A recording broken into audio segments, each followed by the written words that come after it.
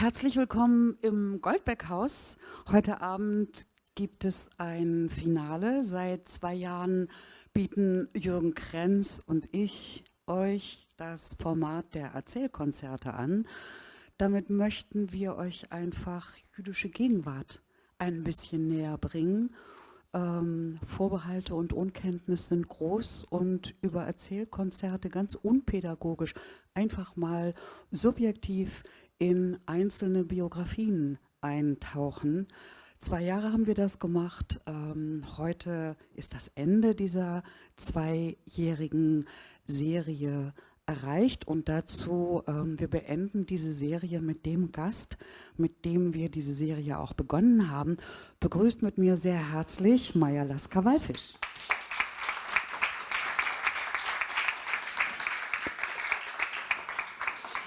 Maja war sozusagen eine Ideengeberin für den Titel aus diesem Jahr.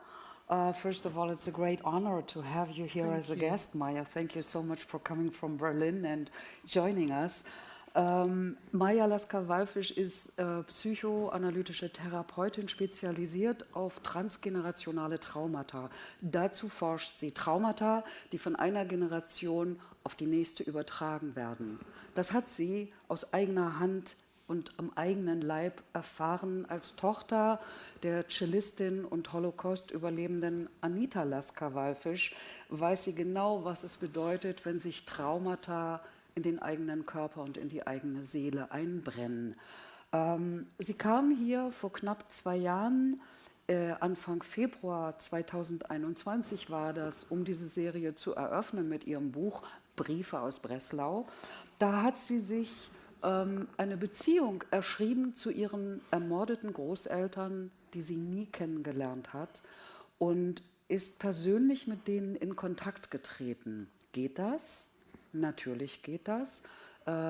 Ich möchte euch auch ermuntern, an dieser Stelle nicht nur das 2. Buch von Maja Lasker-Wallfisch zu lesen, sondern auch das erste, Briefe nach Breslau.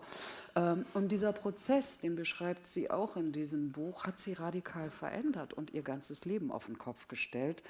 Maja ist mit etwas mehr als 60 Jahren nach Deutschland eingewandert, hat sich eine neue Heimat gesucht, ohne hier tatsächlich viele Menschen zu können, ohne die Sprache zu sprechen, ohne viel Freunde oder Bekannte in Berlin. Und mich interessiert natürlich brennend, warum sie das gemacht hat.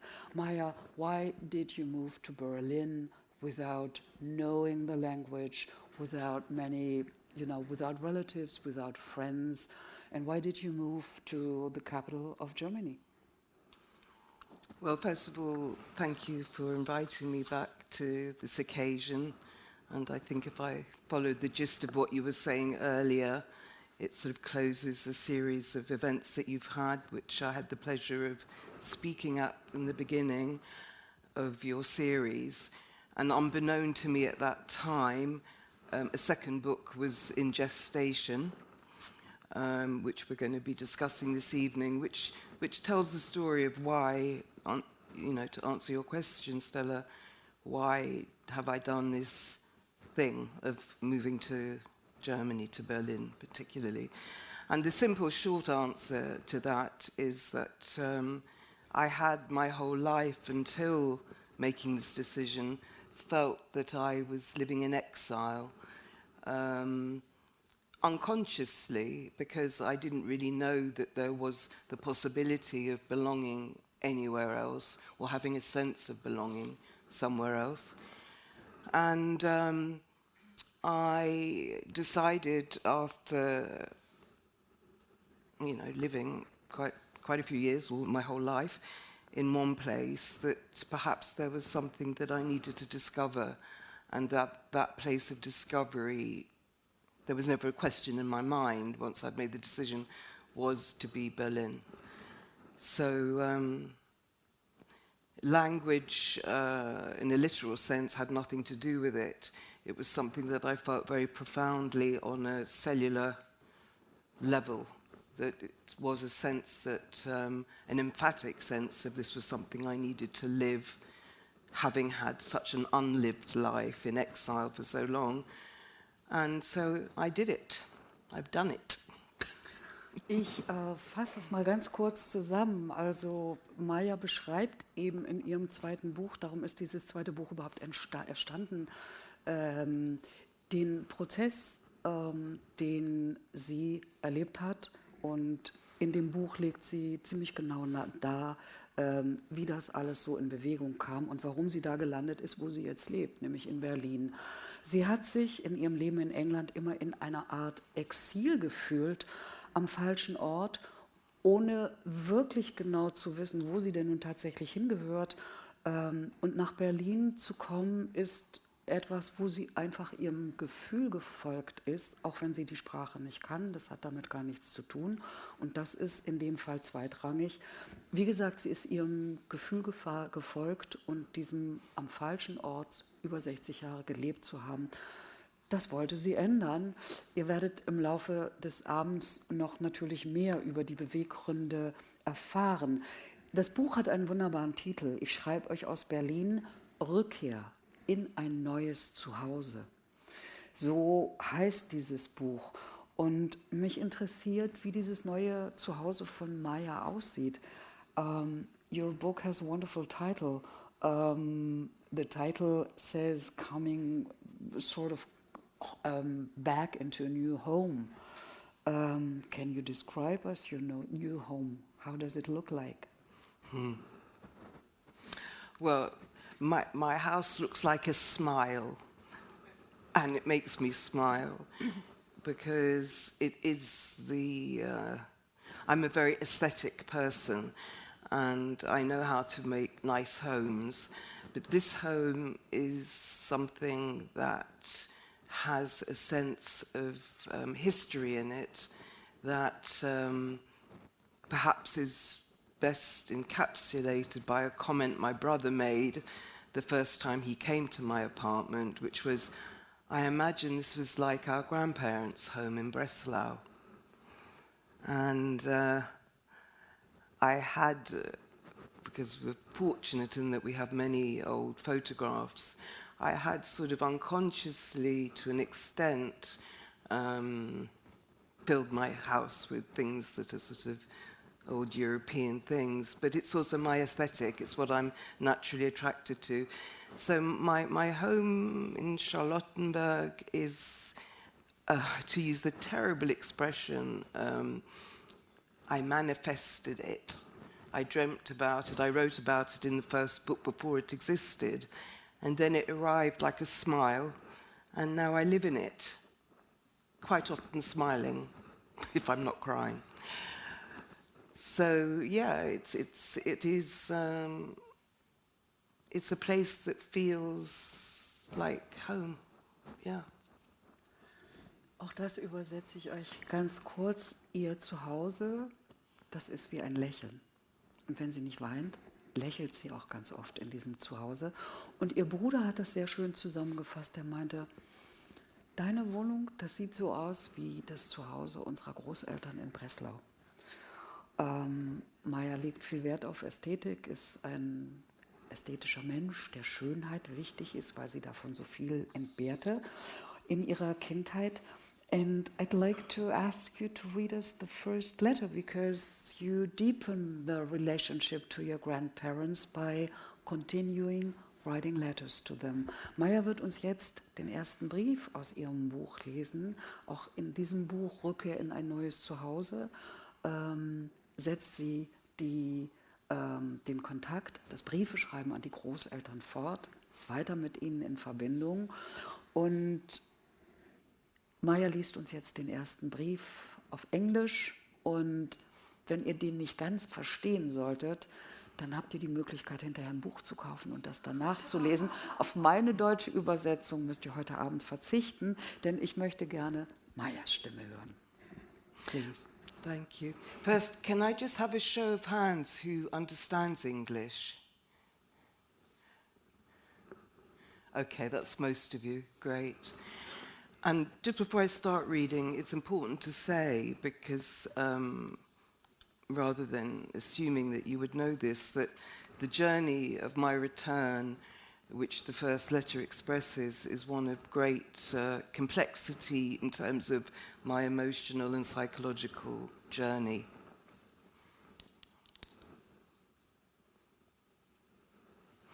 Sich aufmachen.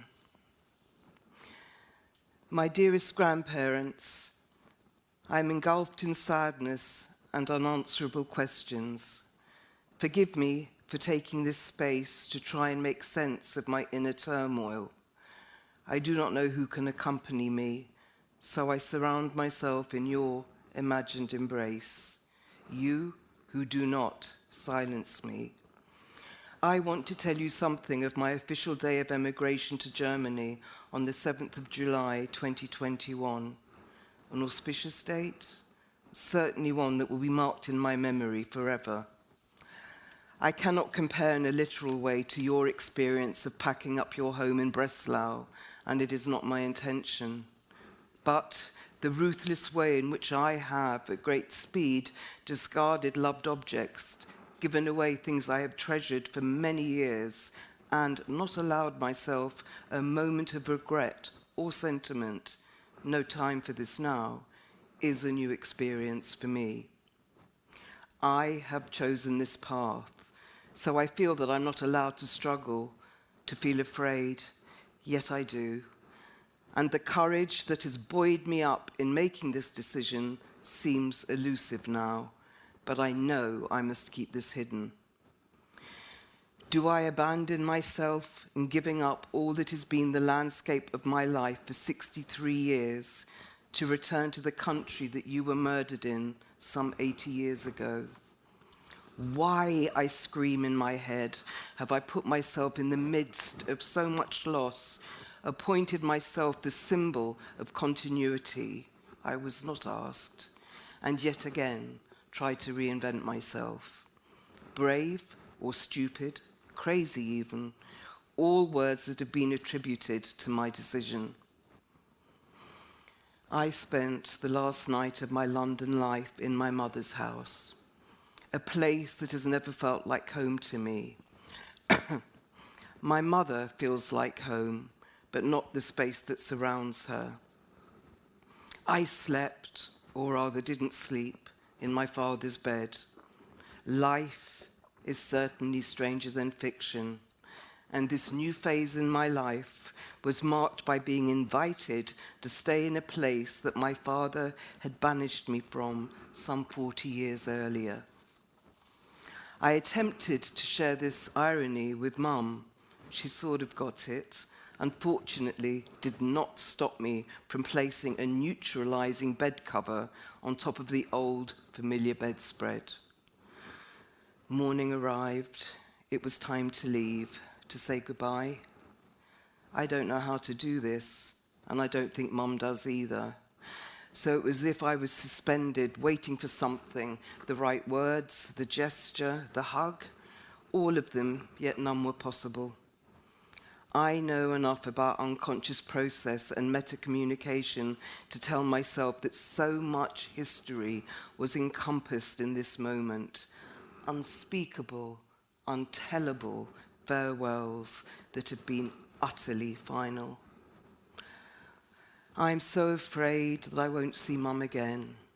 I also feel that she wants me gone, not because she doesn't love me, but somehow I feel I continue to provoke worry or confusion about what it is I want from her. I know what she wants from me, and any weakness I express, any uncertainty about this decision are absolutely a threat to her wish for peace. I get in the taxi, Mum waves me off, and I think she was relieved to see me go. I have, age 63, left home. All my love, Maya.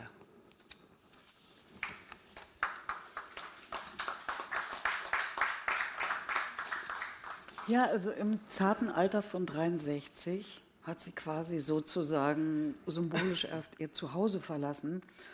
Und sie fühlte sich, das schreibt Maya auch in ihrem Buch, in Deutschland immer willkommener, in England. Wie kann das sein? Maya, how come you feel so much more welcome in Germany than in England?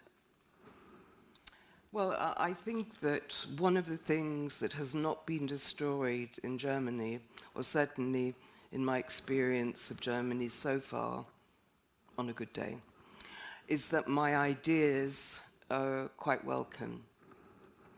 And I discovered an energy that I kind of thought might exist inside me, but that had always been repressed in England.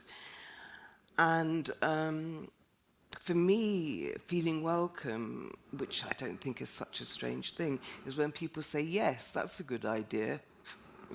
This is music, quite literally music to my ears. So my sort of beginning really positive connection with the possibility of a life and the kind of life that I wanted was that I had these creative ideas and people said, yes, Maya, we're interested, let's do it. So this was really a game changer for me, a real game changer. Also eine fundamentale Änderung war für Sie, wie Menschen hier auf Sie reagieren, auf Ihre kreativen Ideen, die sie zum Beispiel hat, wo sie einfach Zustimmung findet für ihre Vorschläge und Ideen und was ihr in den Kopf kommt. Das war in England ganz anders. Da hat sie eine ganz andere Realität erlebt. Und natürlich, sie stößt hier auf eine Energie, die sie schwer in Worte fassen kann, aber sie stößt auf sehr viel Zustimmung und wird trotz Sprachbarrieren ganz anders verstanden. Was mich interessiert, Maya knüpft oder vielmehr, sie sehnt sich nach einem Deutschland, das es seit langem so gar nicht mehr gibt. Und ich möchte von ihr wissen, wie sie das trotzdem finden kann, ob das überhaupt gelingt.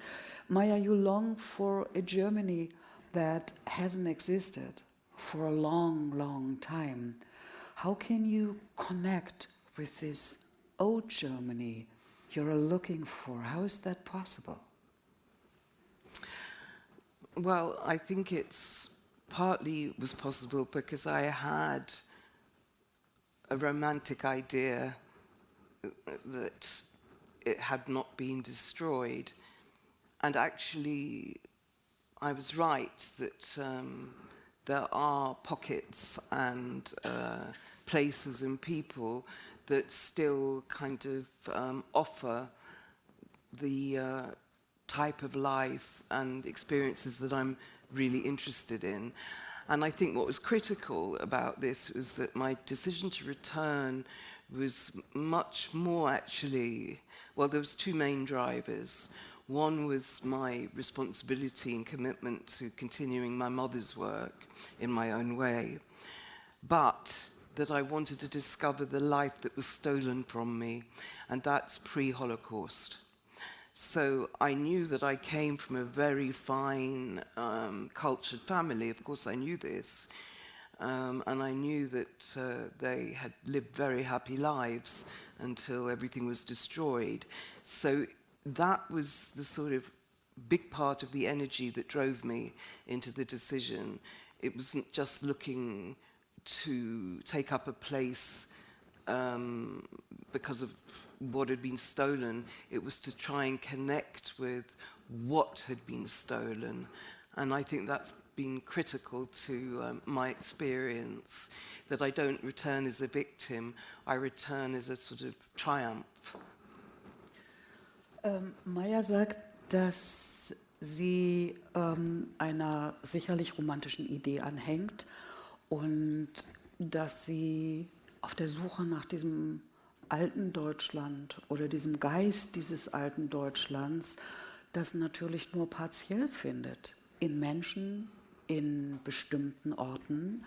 Aber da gibt es eben eine Energie, die sie das damalige Leben nachspüren lässt und rückerinnern lässt. Und in diesen Energien fühlt sie sich wohl. Es ist vor allem ein Leben, was sie sucht, das sich vor dem Holocaust ereignet hat. Und gleichzeitig sucht sie, um was sie da eigentlich alles beraubt wurde und was ihr alles genommen wurde Und was wäre eigentlich möglich gewesen und was für ein Lebensgefühl war das eigentlich und was für ein Leben war das, wenn es nicht diese entsetzlichen 12 Jahre und diese Katastrophe gegeben hätte.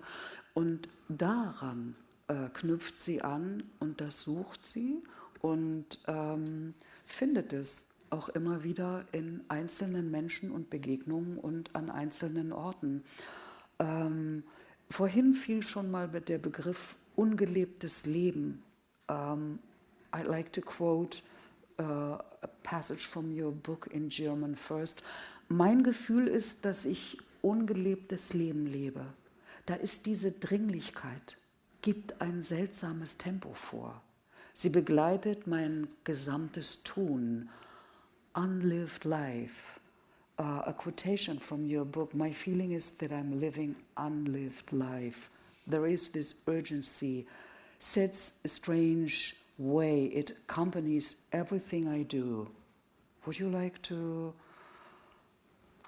say more about this unlived life and where it guides you and what can you fulfill it? What does it do to you? Please tell us more about this unlived life you are following right now. Well, I dropped 25 years, that's for sure, because to find the energy for this unlived life is quite a challenge. But when I made the decision, and it sort of arrived as an epiphany, really, in the first stage. And the first stage was realizing, I think 4 years ago or 3.5 years ago, when my mother was speaking in the Bundestag. And I thought about Holocaust Memorial Day, and I thought about, well, what's going to happen tomorrow then, when it isn't Holocaust Memorial Day anymore? And what is real life in Germany about? And what is all this culture of memorials really doing? And does it make a difference? Well, no, not really. And so I had this sense of urgency, because it was actually the last time that my mother and my Aunt Renata, when we were together, en famille, those of us that could be in this Bundestag. And I realized that I really didn't have a lot of time because to write the first book. I realized sitting there, it's time to write the book. And I realized that the book had to be in German, that I only wanted a German publisher, and that I really needed to do it for my mother and Renata in their lifetime. So I was in a real hurry. And I returned to Berlin 4 days later with my ideas and managed to get myself signed for some important things with a literary agent and various other things. And I was on fire. I was Maya on fire. And I'd sort of spent the last 30 years in a consulting room, just sort of with one or two other people. And suddenly I was this kind of possessed person, but in a positive way, with this energy, because I had so much unlived life to take care of. And I also needed to encapsulate, and I was not asked, it was my decision. It's very important, because I wasn't fulfilling any demand from anyone other than myself, that I wanted to symbolize the graves that didn't exist for my mother and her sister in their lifetimes. This felt really important to me, and I managed to do it. So the unlived life was, and it's still with a sense of kind of constructive urgency, and that's really different to a manic kind of urgency, because I know a lot about that too. And I also, the unlived life thing is very much about the lives that were stolen. So I don't just live for myself, I live for many other people. But that also is in a very empowering way.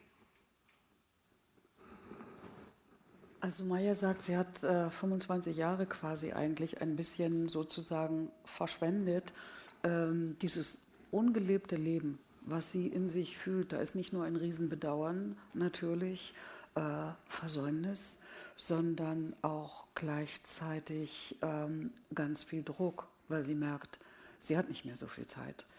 Ein wichtiges Momentum war vor knapp 3 Jahren, als am 27.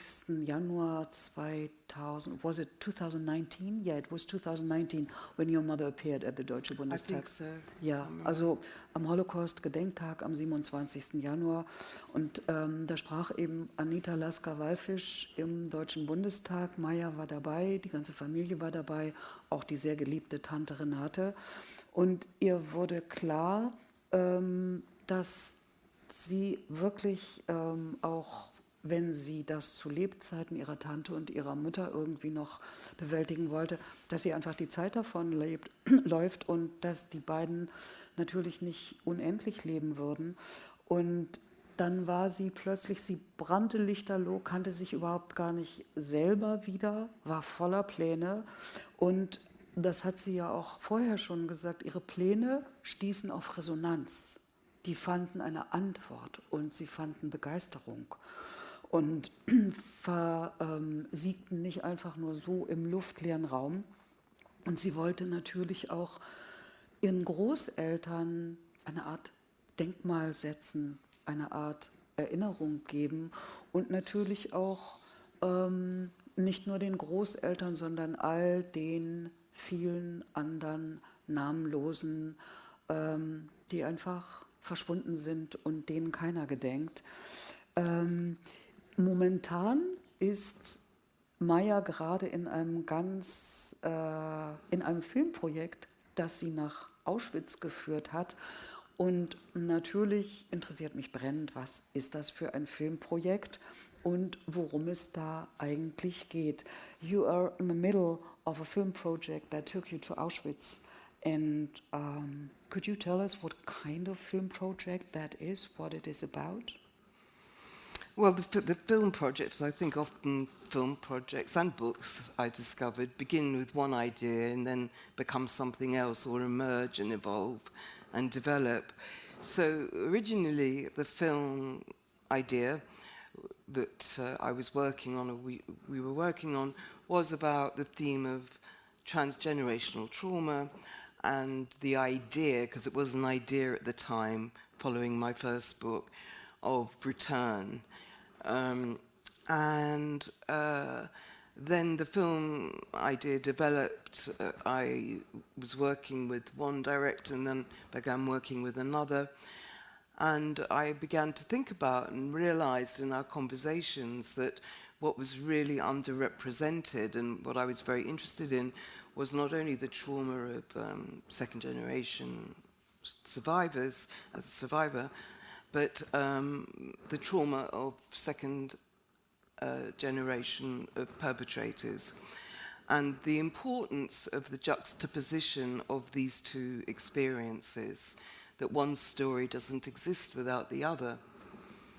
And so we were researching and developing our ideas, and the director that I was working with began a dialogue with the son of Rudolf Hess, you all know who he was.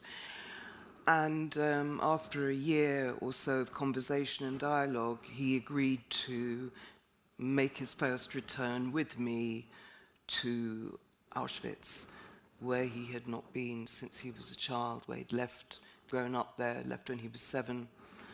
And so the decision was made that part of this film was going to be about this interface of me and Jürgen Hess and his son, who's my contemporary, Kai Hess. So the film is about this journey, this remarkable journey, and more remarkably, perhaps, what emerged, which perhaps can best be described through my next reading, which tells the story, I think. So let me briefly translate before I ask you to read the next letter. Sure. Dieses Filmprojekt, das sie nach Auschwitz geführt hat, da war immer die Idee im Vordergrund, es geht um transgenerationale Traumata. Das ist ja auch das Feld, zu dem Maya forscht. Und ein Filmprojekt verändert sich natürlich immer im Laufe der Zeit, aber auf jeden Fall kurz und gut. Irgendwann war die Idee, mit dem Überlebenden Rainer Hess, Überlebender, der Sohn des Auschwitz-Kommandanten, sich zu treffen und mit dem Enkel, also mit Kai Hess, und dann zu gucken, während Maya und Hess zusammen nach Auschwitz gehen, was da eigentlich für Prozesse passieren und was da eigentlich entsteht. Und ein Teil dieser Reise beschreibt Maya in einem Brief, den sie uns jetzt vorlesen wird. Bitte. Did you say Rainer? Kriege ich jetzt die Namen durcheinander? Ja, ich glaube, ich habe es vermischt. Also, ich sage nochmal, der eine war Jürgen, das ist der Sohn. Der ist in Auschwitz geboren und hat 7 Jahre seines Lebens in einer Villa in Auschwitz verbracht. Jürgen Höss. Und dann noch der Sohn von Jürgen, Kai, der ist jetzt ungefähr so alt wie Maya. Also die beiden, die zweiten Generationen, Täter und Opfer, und dann auch noch die Enkelgeneration waren auf dieser sehr besonderen Reise dabei. Und Maya liest uns jetzt vor, was sich da unter anderem zugetragen hat. My dearests, as I write this letter to you, I am aware that many might criticize my actions, but it is my hope that, that many more, and certainly you, would understand what motivates me, and that what I do is intended as a conduit to conversations and encounters that would otherwise remain impossible. I was to spend the next 5 days with Jürgen Hess, the son of Rudolf Hess, the commandant of Auschwitz. He was the architect, as you know, of this horrific place and the biggest mass murderer in the world. With his grandson Kai, who was my contemporary, we confronted the past and bore witness to the vast crimes that his grandfather and father had committed. Jürgen had lived in Auschwitz in the splendor of the villa, which still stands until he was 7 years old. Neither he or his son had ever returned there. My mother, on whom you bestowed a wisdom and responsibility beyond her tender years, has taught me many things. And as I speak to her of my fears, she tells me there is no place for feelings in Auschwitz, that I must be grateful that I am not destined for the gas chambers. I cannot argue with this. Mum and I had many discussions about my plan, and she was in full support. We met in the town of Oswiecim, Auschwitz, which lies 2 miles from the camp. The meeting place was at the last remaining synagogue in the town, which had once had a thriving Jewish community. Now there are no Jews remaining, and this special place had been converted back into a synagogue by the last remaining Jew, who had died some 10 years earlier. His home, now a cafe attached to the synagogue, was to be our designated meeting place. To say that I was anxious would be an understatement. I sat at a small table and waited. The film crew put on my microphone, and I attempted to quiet my mind amongst all the activity that a film crew creates. Everyone present knew what a big moment this was, and I felt a real solidarity surround me. Eventually the moment arrived. I felt a stillness, a concentration of psychic energy take over. This served me well. As Hess, father and son joined me at the small table, I could feel their terror, and it was far greater than mine. I looked into Jürgen's downcast eyes, not in confrontation, but more in searching, and what I found was an old man with immense courage, and these were the first words I shared with him. His son Kai was visibly traumatized, contorted with pain, and begged for my forgiveness. My response? What is there to forgive? You are not responsible for the sins of your grandfather. I know that the room was still, as if nobody dared to breathe as words were exchanged. And so, as this first meeting drew to a close, I knew something far bigger had been present, a dignity that I cannot own for myself, but the vessel had begun to fill. As the adrenaline settled into exhaustion, I returned to the sanctuary of my hotel room, grateful that wisdom had ensured that I took the space to prepare for the following day. Entering Auschwitz through an entrance designated for staff was a very strange and disorientating experience. Security was extreme because of the special visitors. At 7 a.m., we stood huddled together at the gates in the misty, dank atmosphere. Inevitably, I thought about my mother and her fellow prisoners who every morning and every evening would be marshaled to their positions as they prepared to play their repertoire of marches in sub-zero temperatures, starving and inadequately dressed. This is a sharp reminder of the difference of my circumstances. Eventually, it was time for the Hesses and I to enter. Filmed by a drone, we walked along the ramp in silence. There was nothing that could be said. I found myself acutely aware of Jürgen's frailty as he stumbled on the uneven ground with his walking aid. Yet, despite the entirely different circumstances that connected us to this place of horror, we were united in the significance of what had brought us here. Unlike my first visit a quarter of a century earlier, I felt sure of my task, simple yet complex, and without doubt, something that would change me forever.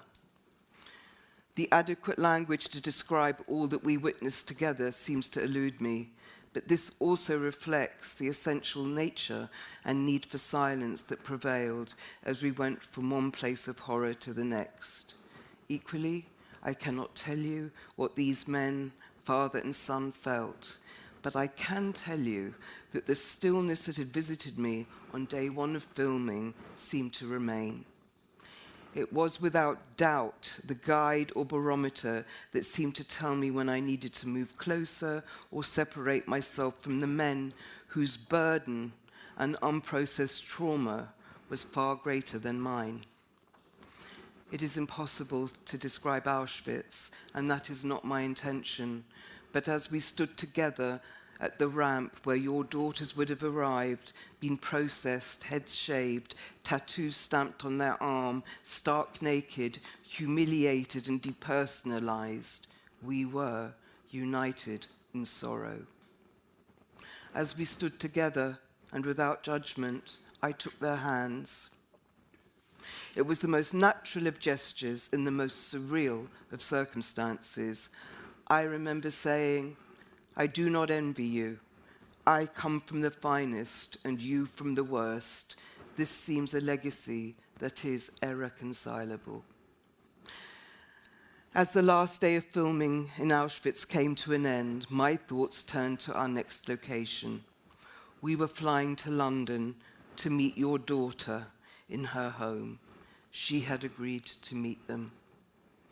I arrived at Mum's house late in the evening, and she greeted me with the words, "Welcome home, hero. Tell me everything." The most generous of welcomes, and not what I had anticipated. My thoughts were now on the task we faced the following day. What would this meeting that I was responsible for mean? And had I made a terrible mistake?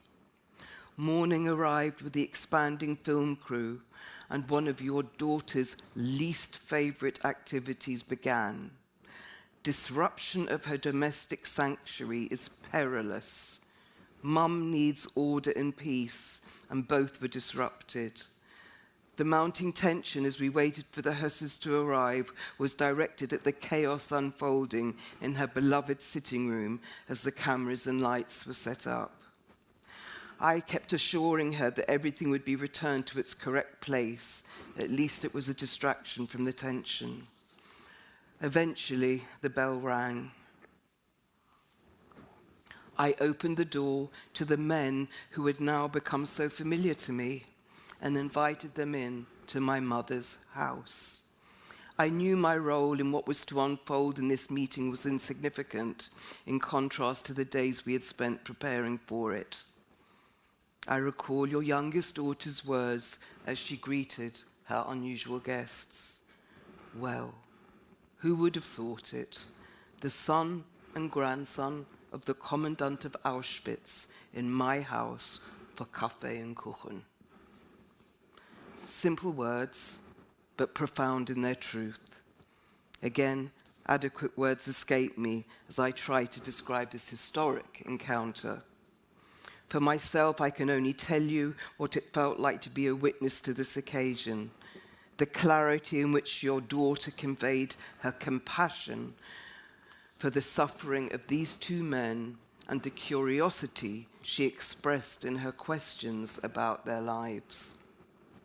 She asked, "How do you feel about your father now that you've seen with your own eyes what he was responsible for?" The reply was simple. "I feel nothing, nothing at all," shaking his head, his eyes cast to the floor. "Probably best," came my mother's reply. So, surrounded by photographs of you both and scenes of the beautiful family life you shared together in Breslau, I had but one thought. The best and worst of what took place during the Third Reich remain. The worst in those that continue to promote hatred, and the best in those of us that stand united in our attempts to remain a force for the good. All my love, Maya.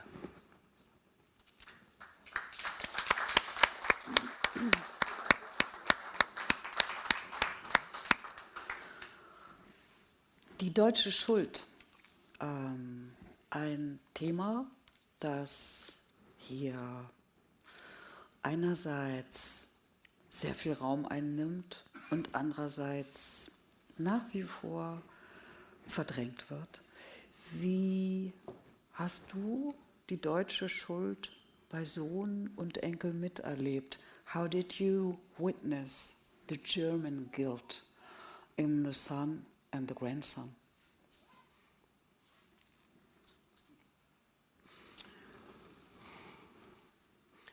On a very primitive level, the sort of request or the beseeching is for forgiveness.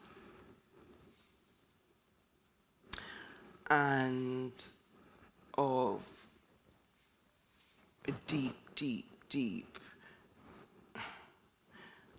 unspeakable shame, and that's the point, it's unspeakable.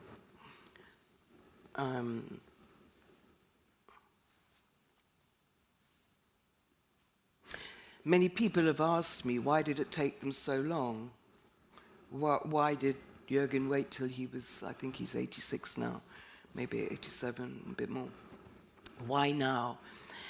And what I've realized about German guilt is there has to be an invitation. There has to be an invitation to engage with these unspeakable, untellable experiences. And that's what I provided. I provided an invitation, and not an invitation of judgment, but an invitation of let's find a way to see what we can be and do together. And they were immensely frightened. And fear and shame are very good bedfellows.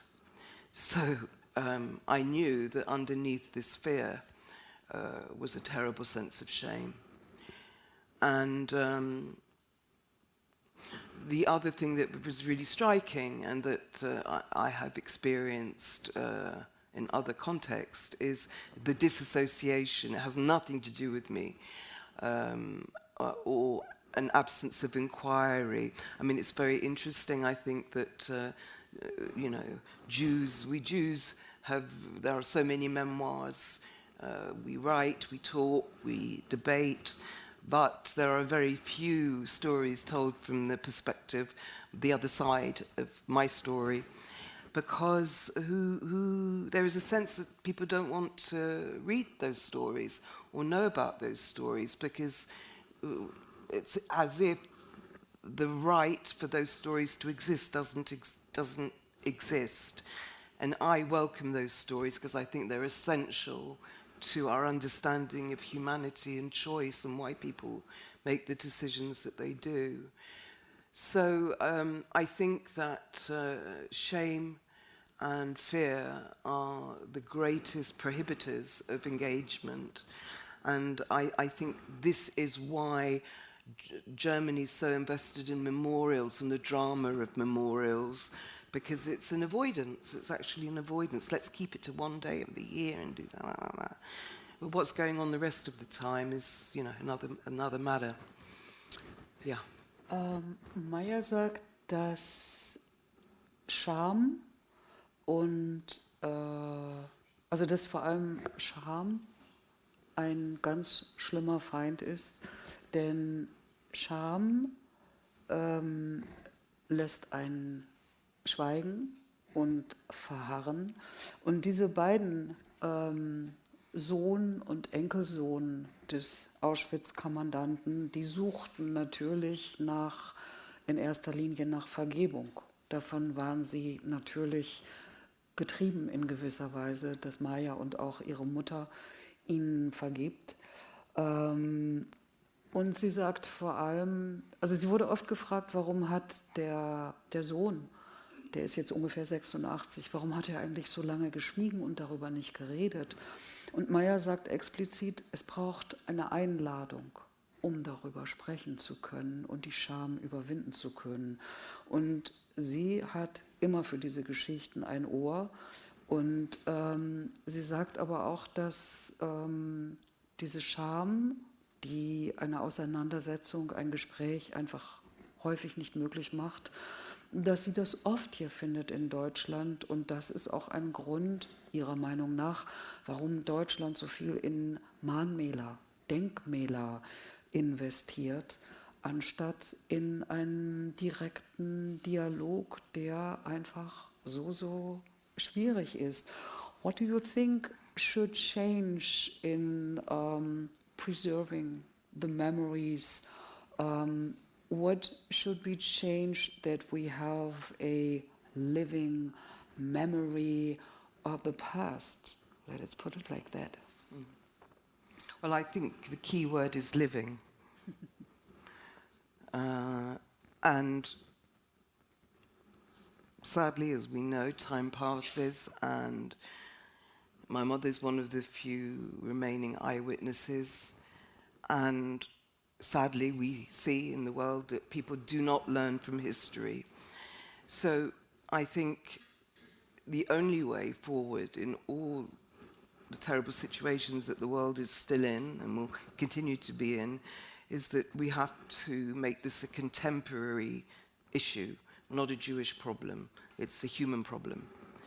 And I think we have to find ways, which is what I'm hopefully involved in, to be activists in reaching people in a contemporary way, because people cannot identify with the murder of millions of people. So it has to become a subjective human endeavor, and it has to be about the living, because we continue to live and we continue to thrive. And this is really, really important. You know, Hitler didn't win. He did not win. And we have to address ourselves to why is it that the human species seems compelled to keep a kind of evil and destruction and hatred of difference alive. And this is a theme and an issue that I feel, well, I'm sure we all feel, is critical, and it has to be done in a contemporary way. We can, of course, examples of history are critical, but we have to address it in how we live our lives and how we understand things today. Meyer sagt, um eine Gedenk- und Erinnerungskultur lebendig zu halten, ist das Schlüsselwort Leben, also Lebende mitzuhaben. Ihre Mutter ist eine der letzten Zeitzeugen des Dritten Reiches und dieser ganzen Katastrophen, die sie miterlebt. Meyer sagt gleichzeitig, wir müssen in dieser Gedenkkultur deutlich machen, dass es nicht ein jüdisches Problem ist, sondern dass es uns alle angeht. Es sind zutiefst menschliche Züge. Es gibt in jedem das Gute und das Böse. Die Chinesen nennen das Yin und Yang. Und das Destruktive und das Schlechte muss man auch aushalten, angucken zu können. Und woher kommt das eigentlich? Sie spricht sich, wie gesagt, sehr für eine lebendige Erinnerungskultur aus. Und das gibt ja schon mal die Richtung ein bisschen vor. Bei transgenerationalen Traumata oder bei Traumata überhaupt ist der Wiederholungszwang ein wichtiger Schlüsselfaktor und ist auch ein wichtiger Faktor in jeder Sucht. Das heißt, anstatt einen neuen Weg zu gehen, bleiben wir im Vertrauten. Wir wiederholen das, was wir kennen. Und das in diesen alten Mustern sind dann eben auch, können häufig Schmerz und negative Erfahrungen bestärkt werden. Und das wiederholen wir zwanghaft immer wieder. Und nun ist natürlich die alles beherrschende Frage, kann man sich überhaupt aus seinen Traumata befreien? Repetition compulsion is a key factor in any addiction. We compulsively repeat the familiar. We repeat the pain. How can we free ourselves from traumas? Is that even possible? No. Pooh. No. So how can you give us hope? If it's not possible, how can we better deal with traumata and traumas? Well, in a very ordinary way, by allowing curiosity in.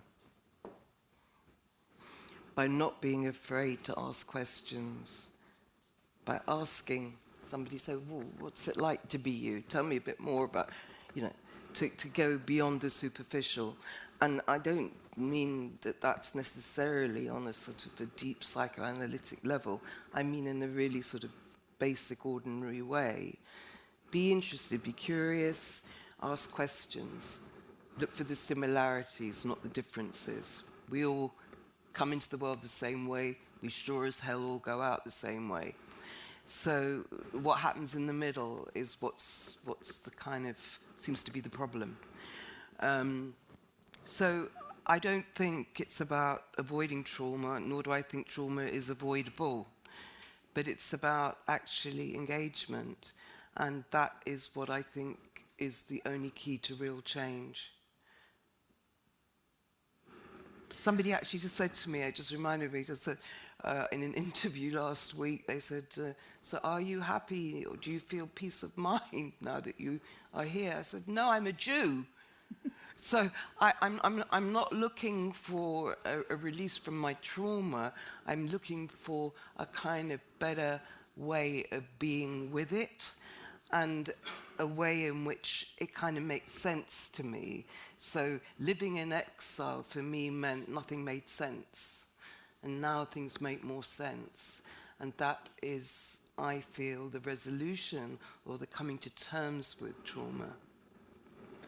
Also auf meine Frage, ob man sich überhaupt aus seinen eigenen Traumata befreien kann, ob man sie heilen kann, sagt sie klipp und klar nein.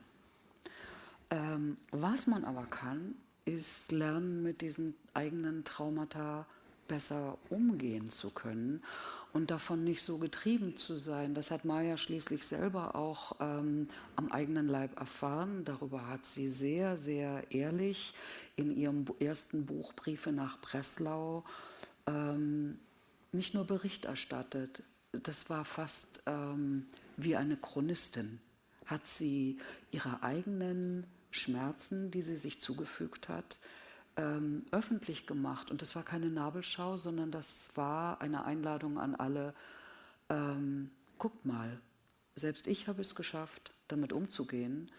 Und es war auch dieses Buch ist auch eine indirekte Aufforderung, bei jedem selber zu gucken. Und sie sagt, was ihr wirklich geholfen hat, und das ist eine Ermutigung, und da ist Maya in ihrer Mission unterwegs, habt keine Angst. Angst ist der schlechteste Ratgeber, und vor allem stellt Fragen. Habt keine Furcht, Fragen zu stellen. Behaltet eure Neugierde, behaltet eure Wissbegierde und versucht, den Sachen auf den Grund zu gehen. Und wenn man versucht, sein eigenes Trauma zu erforschen, dann ist man eigentlich wie eine Archäologin unterwegs und gräbt an Stellen, weil man ja eigentlich noch gar nicht so genau weiß, wo kommt das Ganze denn jetzt eigentlich her?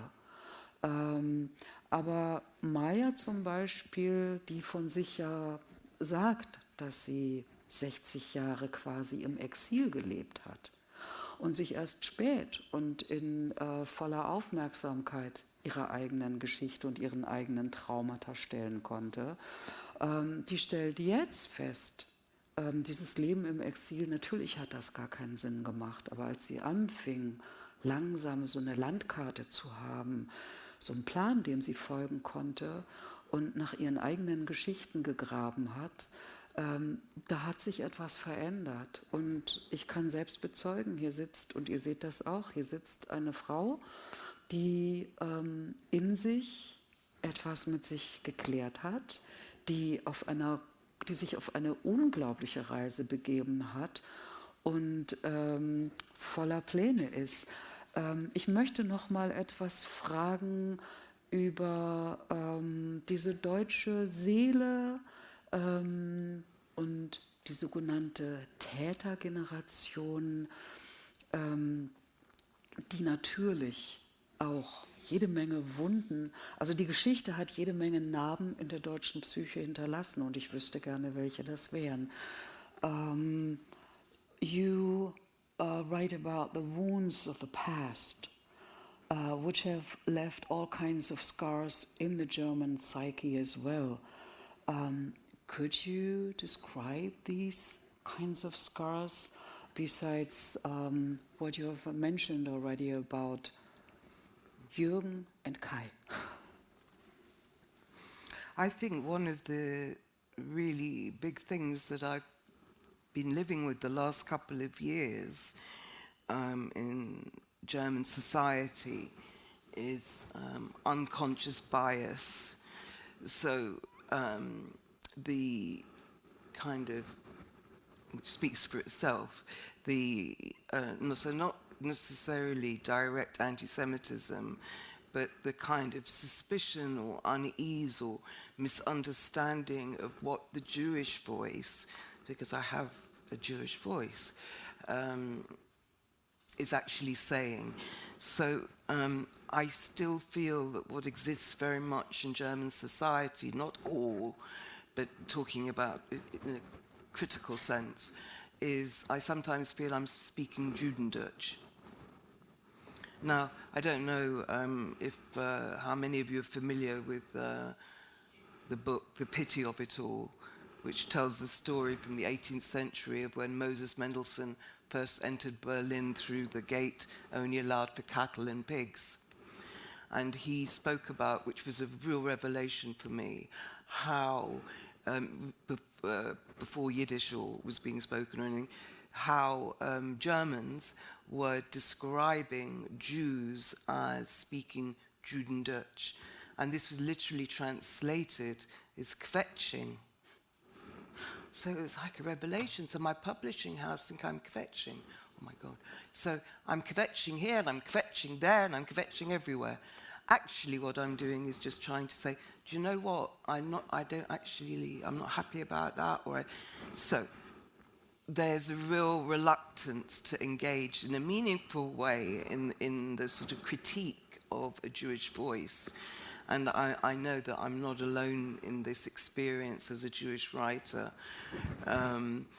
So, and the other sort of paradox is the misappropriation of Jewish voices when Germans try to take ownership of a Jewish voice. When actually, and I have no problem at all with people engaging with it, I think it's really important, but it's just like I don't know what it's like to live in a black skin. I don't, so why would I sort of try and make out that I do? There is something very particular in our differences, and what I find very difficult is how in some German society try to discount this, and this is unconscious bias, which actually is repressed anti-Semitism, and that is to do with guilt. Also, sie sagt, dass sie bei dieser, ja, ich höre gerade, es ist schwer zu übersetzen, das stimmt. Ich mache das jetzt auch knapp. Ihr habt nachher alle noch die Möglichkeit, Fragen zu stellen im Anschluss an dieses Gespräch. Maya spricht für Juden. Sie kann nicht für Schwarze sprechen. Sie weiß nicht, wie es sich anfühlt, mit schwarzer Haut zu leben und gegebenenfalls diskriminiert zu werden. Sie hat eine jüdische Stimme und sie zitiert ein Buch, das über Moses Mendelssohn geschrieben worden ist, wie damals Deutsche Moses Mendelssohn und damit auch Juden beschrieben haben.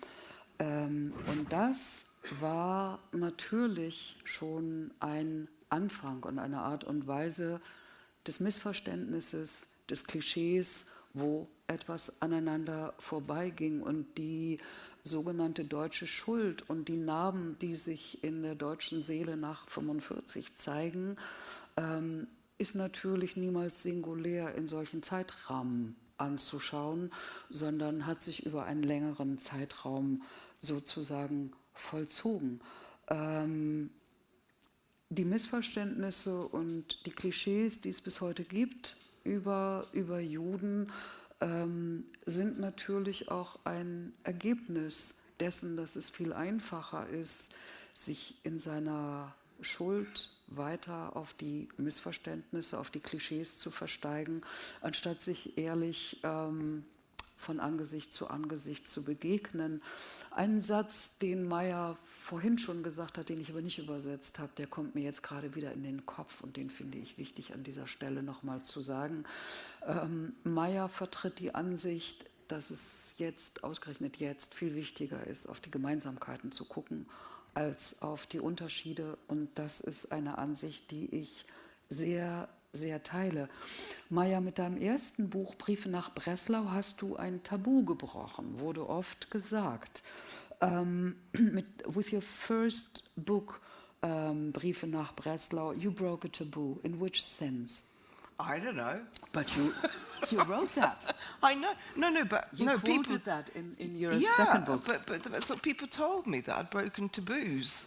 I thought, really? Which taboos?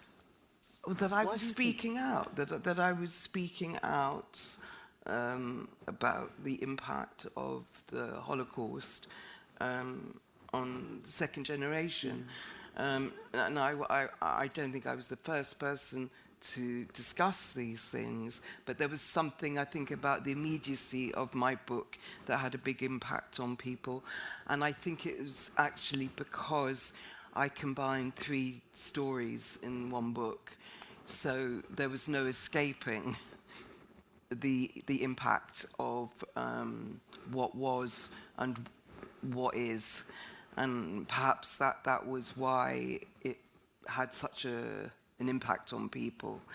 But it was a big surprise to me that it had broken so many taboos. But I think that's what it was. It was like it was like a coming out, I think.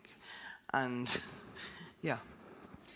Sie weiß selber nicht, warum Leute sagen, sie hätte ein Tabu gebrochen. Sie kann sich das nur so erklären, dass sie einfach sehr offen darüber schreibt, über die Belange der zweiten Generation, dass sie überhaupt über transgenerationale Traumata forscht und spricht. Denn das wisst ihr auch, ihr kennt bestimmt den Song Shame and Scandals in the Family. kehrt man gerne unter den Teppich, auch in der eigenen Geschichte graben und sich zurechtzufinden, kann sehr, sehr mühsam sein. Und wie gesagt, als die Reaktion kam, du hast hier echt ein Tabu gebrochen, war sie selber überrascht und wusste eigentlich gar nicht so genau, womit eigentlich. Dein Ankommen in Deutschland, das wäre beinahe gescheitert. Your arrival in Germany almost failed. Why? Coming to the last letter of your book, which you will read soon.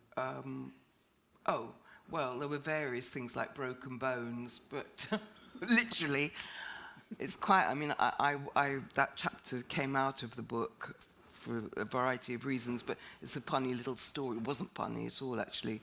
But on my day of emigration, I actually fell in the airport and broke my shoulder and spent the first week in surgery. It's quite an interesting thing. So in terms of trauma, my body was broken. So I was airlifted from an escalator. I don't even remember what, I think I was in Munich airport. I was airlifted to one hospital that I ran away from because I needed to get to Berlin. And then they wouldn't let me get on an aeroplane because I was so broken. So I'm taken to another hospital where eventually they said, Frau Lasker-Wallfisch, you are going nowhere. And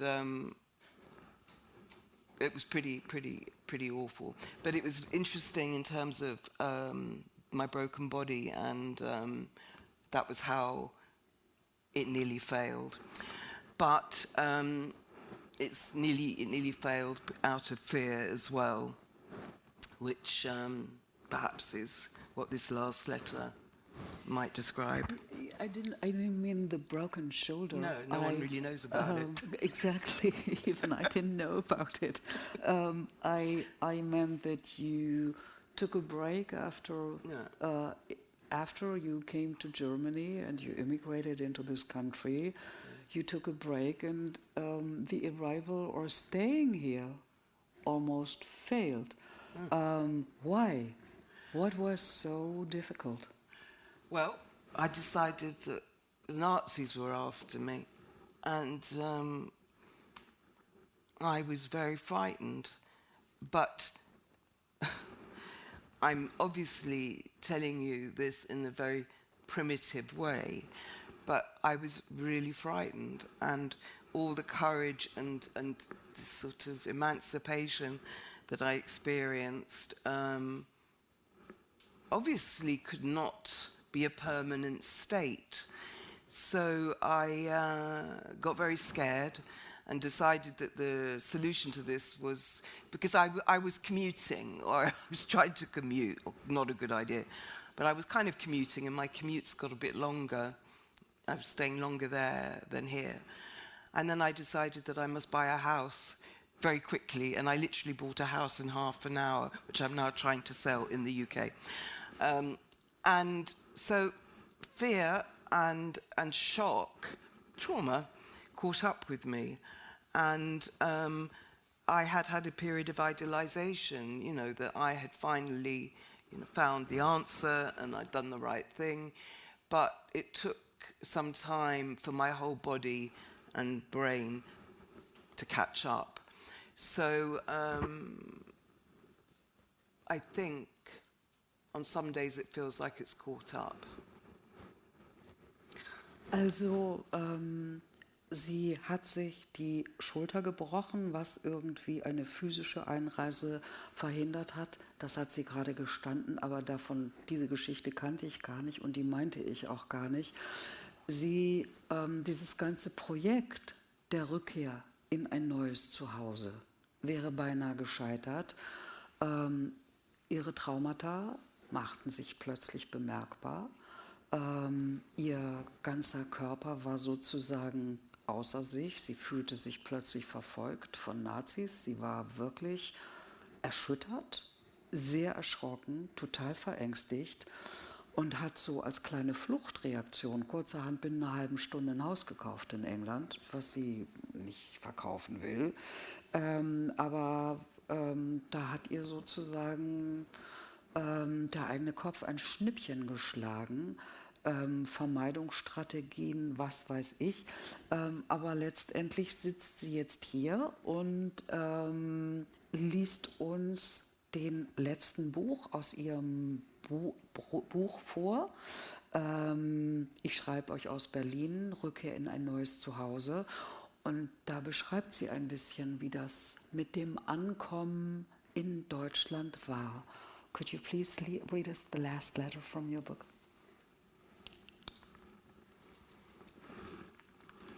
Adieu. Dearest grandparents, I returned to Berlin 4 weeks ago. It is now May 2022, and spring brings with it renewed hope. I left Berlin for London in January. It felt as though I was running away from an overwhelming sense of dislocation and loneliness. I have felt invisible here in Berlin in all the ways that I wish to be seen, and glaringly visible in ways that I sense I have felt judged or not understood. And thus, to find a way to be, if I can make it my place to be, must be rethought. I must tell you that as the weeks passed in the UK and I readjusted to life there, the idea of returning to Berlin was not easy. I had in part used the time away to reflect on the particular vulnerability that I felt as a returning Jew. That I experienced unconscious bias all around me, and despite my fully German blood, culturally I have not been well prepared. So many misunderstandings that leave me both confused and somehow feeling wrong. The other undeniable realization was that I don't fully belong anywhere. This is in some way liberating. Many have been surprised, shocked even, that I have no attachment to the city where I was born and lived for 62 years. I have learned that my connections are formed through atmosphere and understanding. Now I can begin to imagine how the possibility of my dual Anglo-German identity could be a real possibility. It could be a pathway to the work and legacy that I want to contribute to here in Germany. And by so doing, honoring our family and all those who have no voice. This must be more than a fantasy. There is work to be done as we face the ongoing challenge of anti-Semitism, and I want to be part of it. And so, my dear ones, I am not running away. I will return to my Altbau in Charlottenburg, which, as I write to you from my balcony, overflows with geraniums, and the added pleasure that I shall be looking forward to meeting new friends that welcome me. This thought warms my heart. Perhaps my dearest mother's faith in me and my capacity to endure has not been replaced. And you, my dearest grandparents, my guardian angels, along with my beloved Aunt Renata, can smile down upon me. I cannot bear to say goodbye to you. I need to keep your essence close. All my love, my Ella.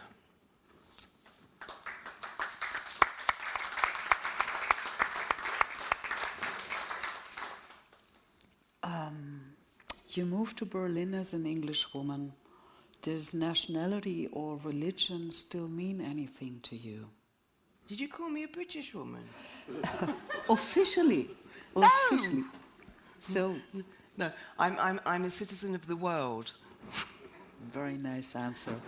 Also ich habe sie gefragt, ob Nationalität überhaupt noch eine Bedeutung für sie hat. Und als ich sie als Engländerin bezeichnet hat das gleich große Empörung hervorgebracht, wie ihr ja gemerkt habt. Und sie ist eine Weltbürgerin. Das zur Frage Nationalität. Do you plan to stay in Germany now? Absolutely. I've never thought, you know, it's really weird. It's almost like offensive to me to be called a British woman. It's like you've said so, yeah. It's like, schrecklich. Das ist, yeah. It's like, no, because it's always felt wrong. It's like, no. So I'm sorry for no, the mistake. no, don't be sorry. It's an interesting to observe the response in myself. Because I grew up being told everything German was bad. So it's like, no, rock on. I'm sort of a person. I feel more at home in Germany than I do, well, in Berlin certainly, than I do in London. And I'm very, you know, I can't say I'm grateful because that would be perverse. I'm not grateful. I'm relieved that I found in my lifetime that there was another life that I was meant to live and that I'm living it. Also auf meine Frage, ob sie in Berlin bleiben möchte, sagt sie definitiv ja und betont noch einmal, dass sie sich in Berlin und in Deutschland viel willkommener und wohler fühlt als in England und muss sich selber noch mal überlegen, warum sie so vehement reagiert, wenn sie als Engländerin tituliert wird. Immerhin hat sie noch beide Pässe. Sie ist jetzt aber nicht dankbar, das wäre ein falsches Wort, aber sie fühlt sich so auf eine bestimmte Art und Weise erlöst, erleichtert, dass dieses falsche Gefühl jetzt einfach von ihr genommen ist und was sie da in Berlin erlebt, fühlt sich einfach richtig an. Ich möchte natürlich auch noch wissen, bevor ich die Runde hier gerne öffnen möchte und ihr auch die Gelegenheit habt, Fragen zu stellen, womit sich Maya denn so künftig beschäftigen möchte. What are your plans in your new home to which you have returned? What are your plans in Germany? Oi. Well, I'm currently working on a play. Obviously, there's another book brewing. I continue my work as a psychoanalyst, and I hang out with some interesting people. And I love, you know, in Berlin I enjoy the spontaneity, which might sound strange because you might think differently, but for me it's like, should we meet for coffee? Or do you want, and I'm like, I mean, in England, it's like a sort of 3-month plan, or, you know, and then I think I can't be bothered anyway because it'd be so boring. So my plans are to keep doing what I'm doing, really, and to embrace all the opportunities. I say no to very little, which is probably, you know, not always wise, and to continue to embrace this person, Maya Lasker-Wallfisch, who really has always been her mother's daughter or her brother's sister. Yeah, that's right, isn't it? I've got that right, yeah. And now I'm Marianne Lasker-Wallfisch in my own right. And that's pretty cool because I never really had my own. You know, people always told me that you could or you should, or but actually I believe it now. So that's good. So I've kind of planned to just continue getting younger, and what doesn't kill you makes you stronger. Das war doch ein schönes Schlusswort. Also was dich nicht umbringt, macht dich stärker. Maya freut sich auf ihr Leben in Berlin, auf ihre Zukunft in Berlin. Sie wird das machen, was sie jetzt auch schon tut. Sie wird weiter als Psychoanalytikerin arbeiten. Sie wird weiter sich in den Dingen engagieren, wo sie schon aktiv ist, nämlich in einer lebendigen Erinnerungskultur. Sie war früher immer nur eher so, ja, das ist die Tochter von Anita Lasker-Wallfisch oder das ist die Schwester von Raphael Wallfisch. Jetzt ist sie eine eigenständige Persönlichkeit und das fühlt sich für sie sehr gut an. Und ich glaube, man sieht ihr das, also ich sehe ihr das zumindest an, hier sitzt jemand, der noch sehr viel vorhat, der sich selbst entdeckt hat, der sich selbst umarmt, der selten Gelegenheiten oder Angebote ausschlägt und wirklich auf Entdeckungsreise gegangen ist.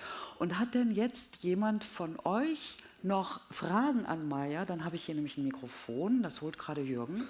Und dann könnt ihr eure Fragen stellen an Maya. Any questions? Okay, du kriegst jetzt ein Mikrofon. Okay. First of all, thank you very much for sharing all this with us. And of course, I'm going to buy your books. Both of them. Both of them, yeah.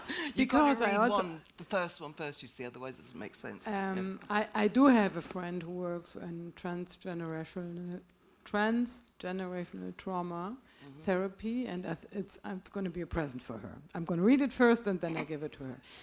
That's one of my questions is, are you working in this field in Berlin now? Because I just think now in Berlin it must be the place where people with your experience and your knowledge are very much asked for. And I would be curious if, you do have your office and if people can be sent to you if they need therapy. Yeah. And my second question, if that's not too personal, are you anyhow involved with one of the many Jewish communities in Berlin? Does it mean anything to you? Does it help you in any way? And my third question is, do you plan to learn German? Let's start with the last one first. My mother traumatized me to such an extent that she's made it impossible for me. Okay, question. But who knows? Ask me in 5 years, please God. Okay? The middle question, Jewish community. By that, do you mean organized sort of synagogue life? Yeah. No, but for me, if I meet someone and I do have some Jewish friends, but they happen to be Jewish. So it's not, I really enjoy going to different synagogues because, in fact, can you believe this? How weird is this? I went to an ordination of rabbis in Berlin last week, and it was so cool. Why was it so cool? Because he didn't win. And so it was the most moving, beautiful thing. And there was a new Russian rabbi, a Scottish rabbi, a Ukrainian rabbi, and an Israeli rabbi. And it was so moving and so powerful that all of these different people came together. And the ages ranged from 32 to 70 of new rabbis. So this felt special. And being in a synagogue, just being in a synagogue, feels more special to me here than it ever did in England. So, but I'm not remotely interested in any organized stuff. I like some traditions. That is appealing to me. So if I like you and you happen to be Jewish, plus, but equally I can feel at home in other places too.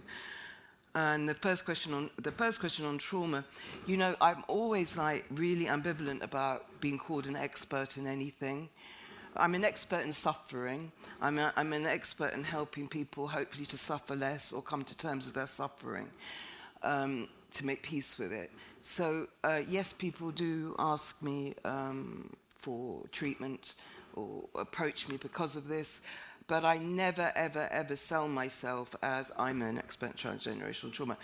I am an expert in human suffering, and I know how to be with it. And I think that is why people come to me and might stay with me in therapy or come back to me, as often happens. And so I think that's what I offer. And I also think I offer, as all therapists should, a non-judgmental space where I can make a bridge, where I can absolutely make a bridge. And my recent experience in Auschwitz really affirmed that for me, because I didn't know. I really wasn't sure until I lived it, and I kind of know now. And so I don't know if that answers your question, but... Do you need a translation? No. I don't think so, right? Any more questions? Hold on a second. You get a microphone.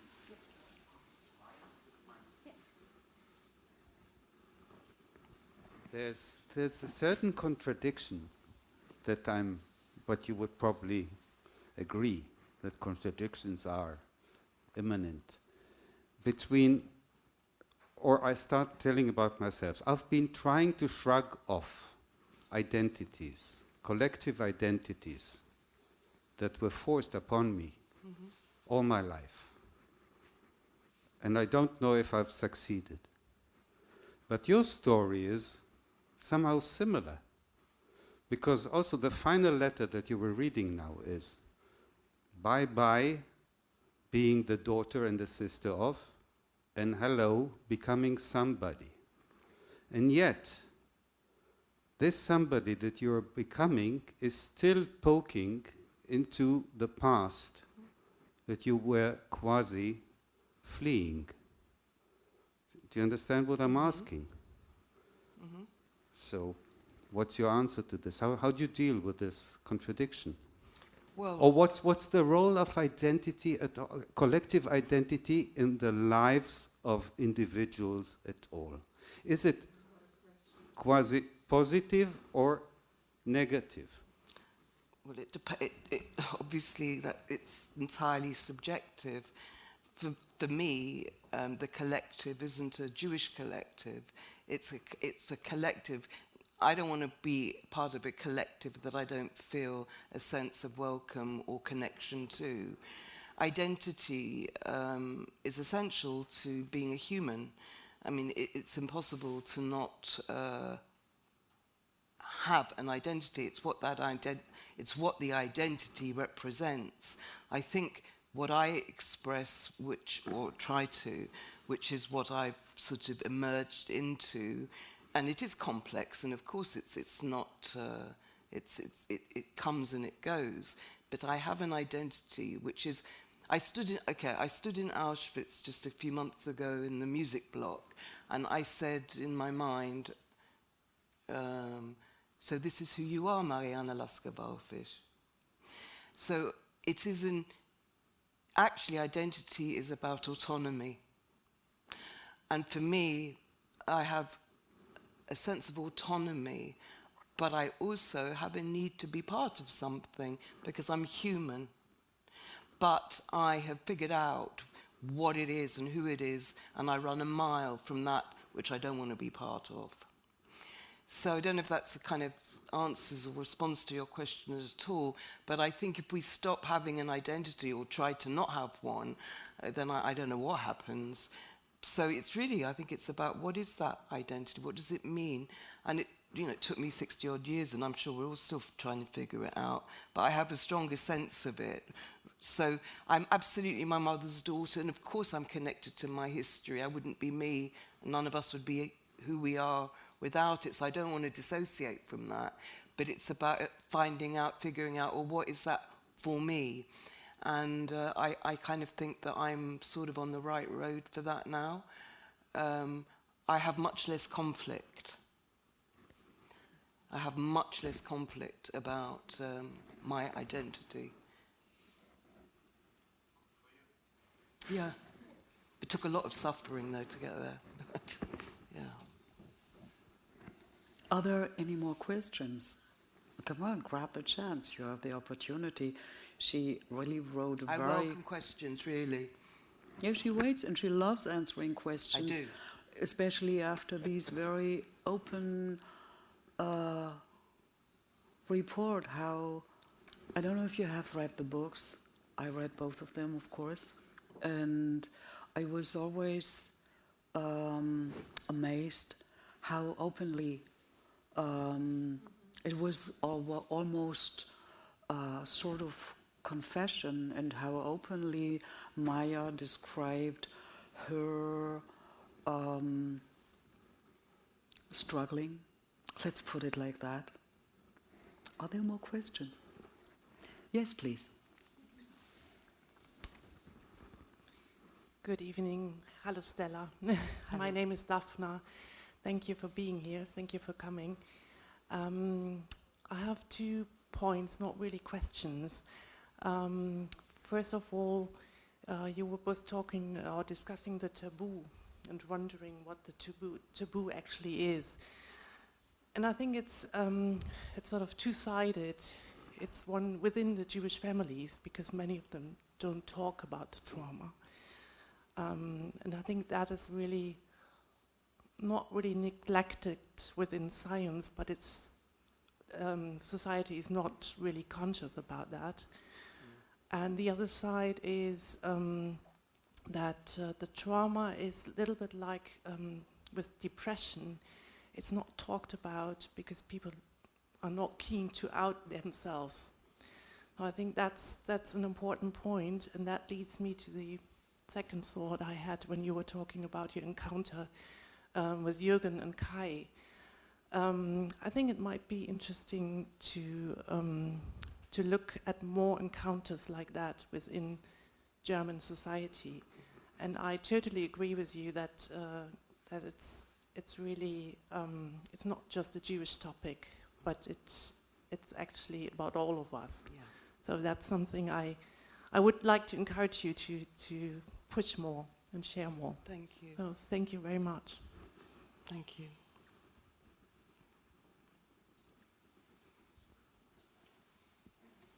Guys, any more questions or ideas? If that's not the case, I really would like to encourage you to read Maya's books. And it was such an honor to have you here. Thank you so much for coming. The finale of a series, what we were running for 2 years, to invite you to get in touch with Jewish presence and Jewish life in Germany, whatever that is. Das ist ein Format mit Erzählkonzerten.